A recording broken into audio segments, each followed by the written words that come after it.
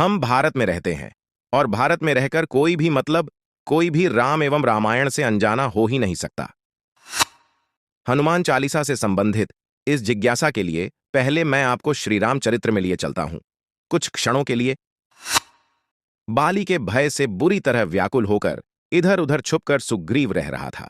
फिर श्रीराम से मिलवाकर एवं उनसे मैत्री करवाकर किष्किंधा का संपूर्ण राज्य दिलवाने वाले एकमात्र निस्वार्थ भक्त थे श्री हनुमान जी महाराज।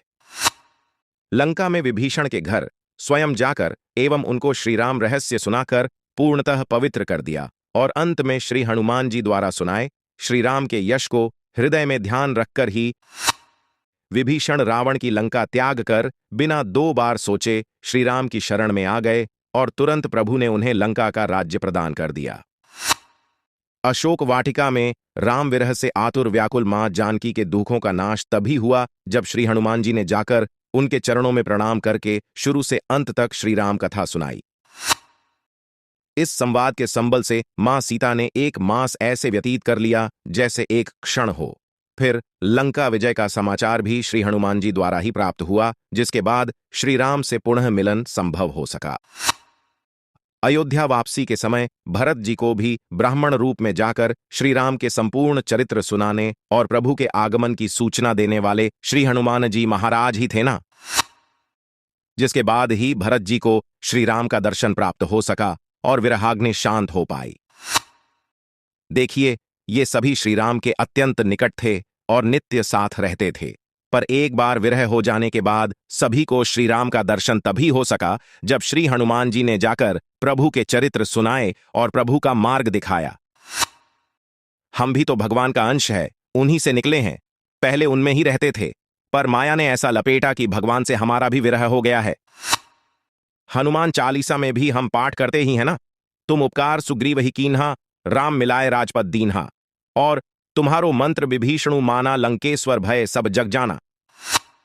तुमने ही उपकार करके सुग्रीव को श्रीराम से मिलवा दिया और तुम्हारा ही उपदेश मानकर विभीषण श्रीराम की शरण आया और लंकाधिपति बन गया। कितना सरल सार तत्व बता दिया गया है कि जैसे ही श्री हनुमान जी महाराज के दर्शन होंगे वैसे ही तुरंत आप पात्र बन जाएंगे श्री राम दर्शनों के, और फिर तो उसके बाद धर्म अर्थ काम मोक्ष के साथ साथ सबसे दुर्लभ श्री राम भक्ति की प्राप्ति हो जाएगी। अब इस संपूर्ण आख्यान को सांसारिक जीवन में देखें। श्री राम है आत्मा, वो आत्मा जो हम सभी के भीतर है तो सही, पर हम उसे न कभी देख पाते हैं न अनुभव ही कर पाते हैं।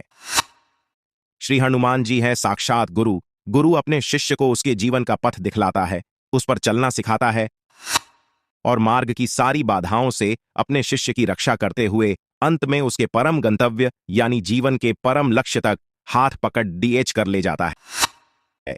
अब आप हनुमान चालीसा की इस पंक्ति का स्मरण करें, जय जय जय हनुमान गोसाई, कृपा करहु गुरुदेव की नाई। अंतिम पंक्ति है ये हनुमान चालीसा की। इसके बाद तो जो 7 बार पाठ कर कोई और फल श्रुति आ जाती है।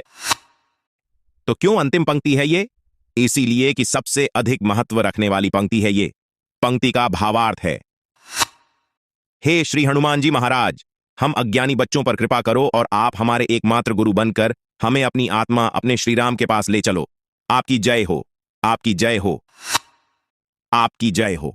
हनुमान चालीसा ने अंत में यह बता दिया है कि जीवन में बस एक और एक बात हृदय में धार ली जाए तो इस संसार सागर से बेधा पार है। इसी बात को जीवन में उतार लिया जाए तो जीवन में तो भरपूर तरक्की करेगा ही, जीवन के बाद परलोक जाने पर भी आनंद करेगा। वो बात है कि हमारे गुरु है हमारे श्री हनुमान जी महाराज। बस इस बात को वास्तविक जीवन में उतार लिया तो फिर कुछ नहीं करना है। फिर गुरु खड़ी डीठे है हाथ फैलाए, थामो उनका हाथ और श्री राम को पाने की यात्रा शुरू। आप गुरु मानकर हाथ थामो तो सही बस एक बार। श्री राम जय जय राम।